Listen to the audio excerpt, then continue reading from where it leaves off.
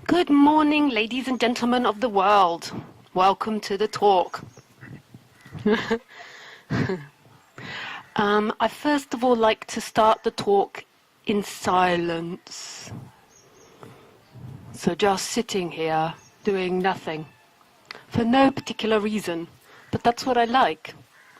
So if you would join with me in silence, that would be much appreciated.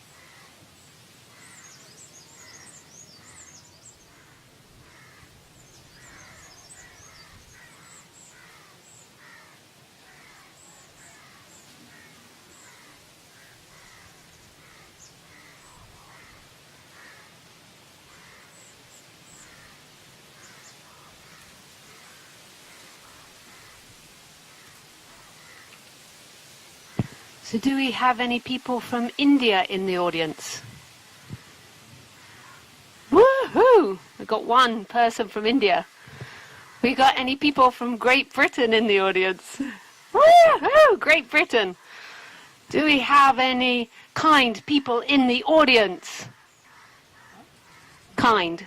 Woohoo! Woohoo! Yeah!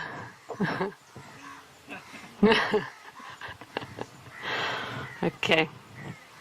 So if you are new to these talks, I've been doing them for the last 7 days. So this is the last one. And I'll just tell you how I do them, is that I just do a bit of an introduction, and I normally predominantly talk about non-duality when I do the introduction. So I normally give it hard with the non-dual. And then I open it up to questions, and sometimes the questions are about non-duality, and sometimes the questions are about the personal self. And I'm super happy to work with the personal self or to talk about non-duality, but I see them as two different things, totally different things. Totally different things. It's like talking about fixing your broken leg and non-duality. So fixing the personal self, which I'm really open to talking about, to me is the same as having malaria and fixing malaria, and then talking about non-duality. But it sometimes gets muddled up because it's hard to talk about non-duality, and when you're pointing to non-duality, you're trying to point past that person, and in trying to point past that person, you talk about the person. So it sounds like it's the same thing, but as you get to know this subject more and more, you'll begin to see quite clearly that it's nothing to do with you, that nobody ever wakes up, that there isn't somebody that becomes enlightened. So any efforts that you do won't lead you to non-duality. Non-duality is only ever here and this. But I think it's important that I talk about the personal self and how to help the personal self, because I've seen so many disaster cases when people try to use non-duality as a form of therapy or as a form of helping the personal self. In some ways it can relax the person, but I feel like it's better to address that separately. Okay, so here we go with non-duality.